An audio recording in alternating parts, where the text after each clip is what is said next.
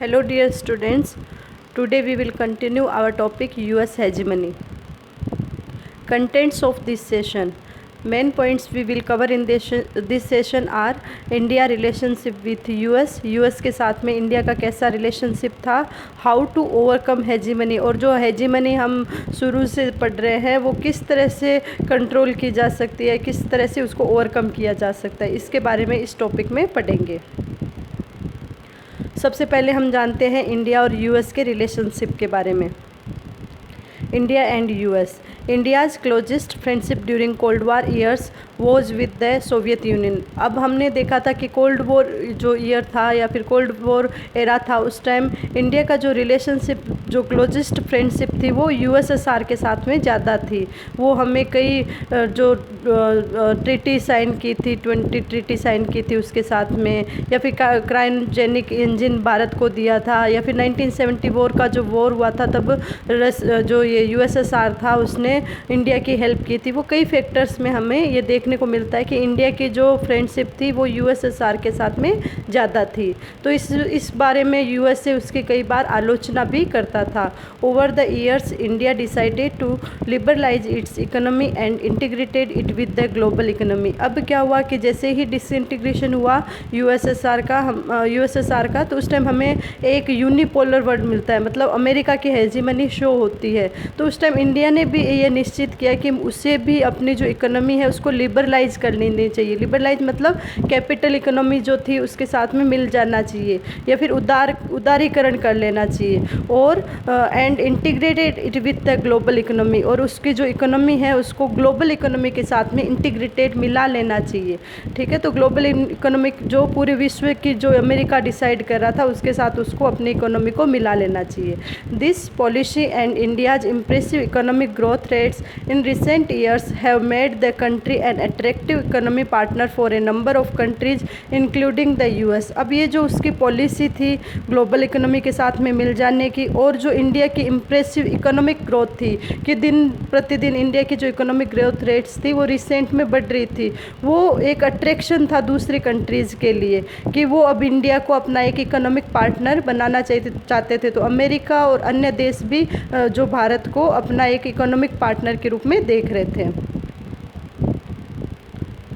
Two new factors have emerged in Indo-US relations in recent years। अब इस दौरान हमें दो नए फैक्टर्स देखने को मिलते हैं इंडिया और अमेरिका के जो रिलेशंस था उसके ऊपर। तो पहला तो आता है टेक्नोलॉजिकल डायमेंशन, इसका हिंदी में होता है कि प्रौद्योगिकी आयाम, की किस तरह से टेक्नोलॉजिकल डेवलपमेंट किए दोनों कंट्रीज़ ने मिलकर। और दूसरा आता है the role of Indian American diaspora. अब डायस्पोरा क्या थे? जो इंडियंस अमेरिका में रहते थे, जो प्रवासी भारतीय अमेरिका में रहकर अमेरिका के डेवलपमेंट में योगदान दे रहे थे, उनको हम क्या बोलेंगे? The role of the Indian American diaspora.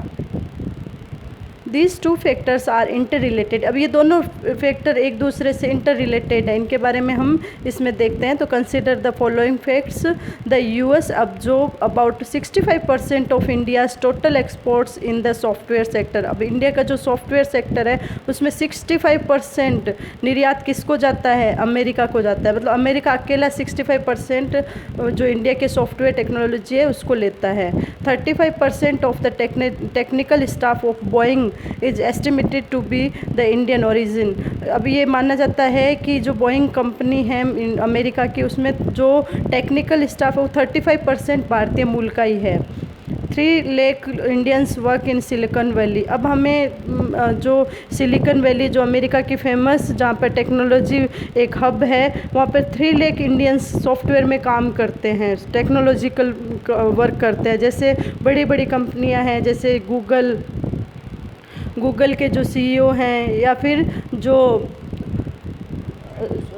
Microsoft के जो सीईओ है सत्या नडेला, या फिर गूगल के हैं सुंदर पिचई, वो भी कहाँ के हैं? हमें देखने को मिलता है कि वो इंडिया के ही हैं। तो 15% of high tech startups are by Indian Americans.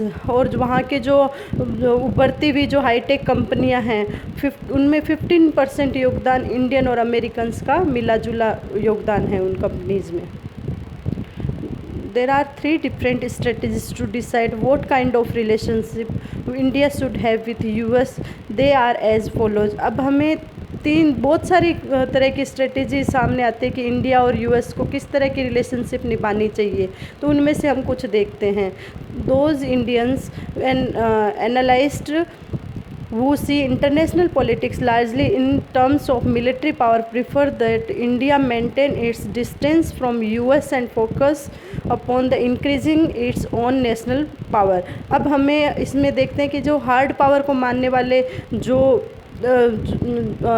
Analyst है या फिर जो उससे सहमत है कि हार्ड पावर को एक सैन्य शक्ति को अपनी उभरती हुई अर्थव्यवस्था में देखते हैं, तो वो ये चाहते हैं कि इंडिया को यूएस से डिस्टेंस मेंटेन करके रखनी चाहिए, कि वो अमेरिका के साथ में ज़्यादा उसको मिलजुल कर नहीं रहना चाहिए, उससे एक डिस्टेंस रखनी चाहिए और अपनी जो नेशनल पावर है, अपना जो राष्ट्रीय शक्ति राष्ट्रीय हित है, उसके ऊपर उसको फोकस करना चाहिए। ये ऐसा मानने वाले जो हार्ड पावर को जो ज़्यादा मानते हैं वो इस प्रकार की बात करते हैं।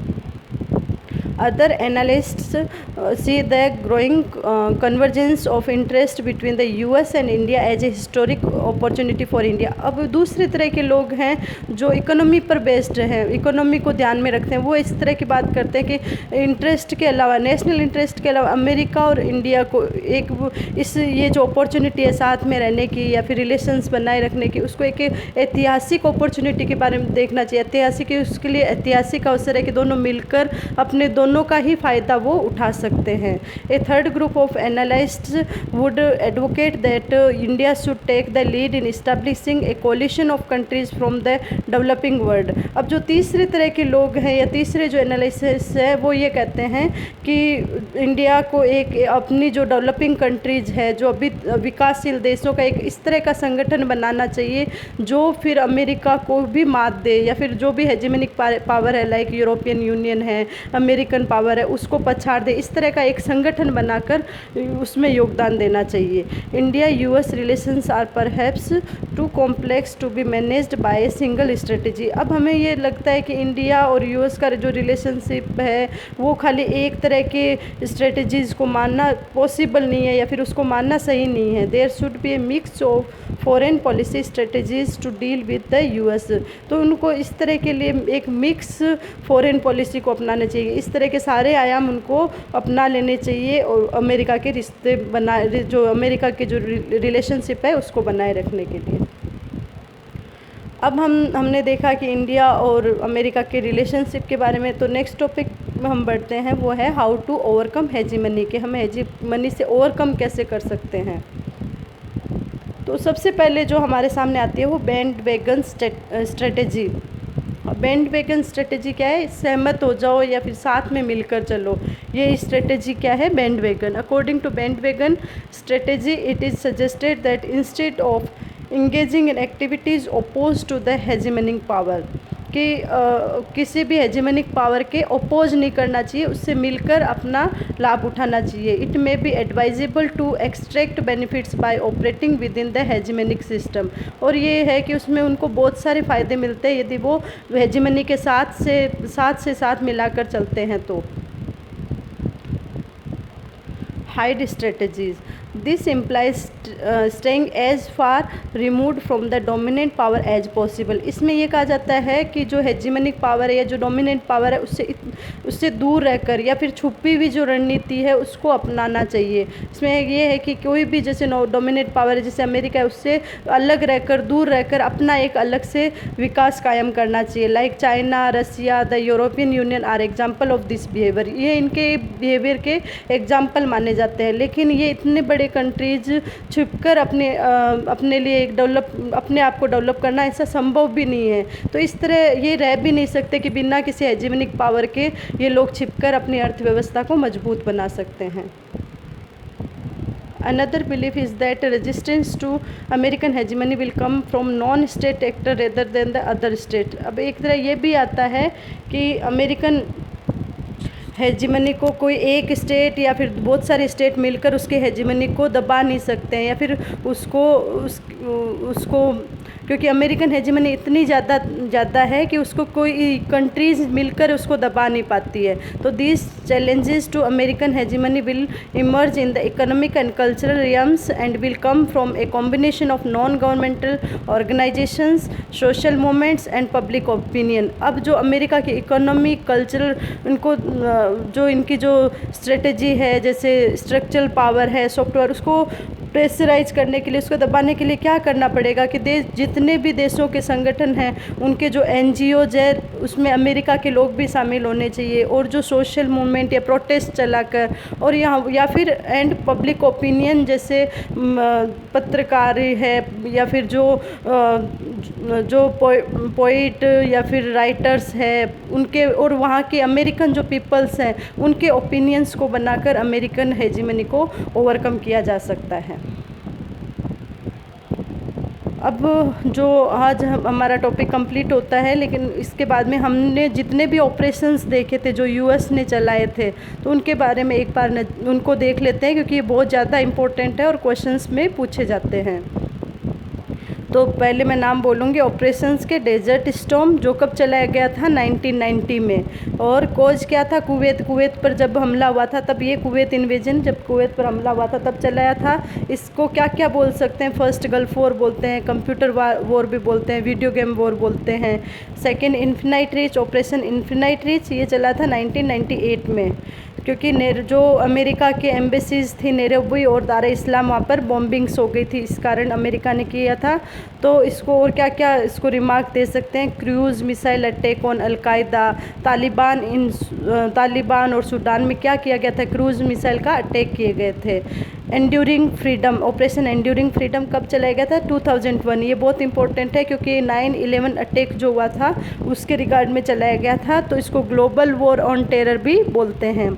फोर्थ है Iraqi freedom, operation Iraqi freedom, जो अमेरिका ने इराक पर हमला किया था 2003 में, उस टाइम ये चलाया गया था। इसके लिए अमेरिका ने कहा था कि जो इराक है वो WMD मतलब वेपन मास डिस्ट्रक्शन बना रहा है, इस तरह के हथियार बना रहा है जिससे जो मानव जाति है उसका नुकसान हो सकता है। लेकिन उसको बाद में ऐसा नहीं लगता है कि उसने ऐसा कोई सबूत नहीं मिलते हैं कि इराक ने इस तरह के कोई वेपन्स बनाए हैं। और उसमें अमेरिका ने 40 कंट्रीज़ का एक कोलिशन ऑफ विलिंग बनाते हैं कि 40 देश उसके साथ सहायता करते हैं।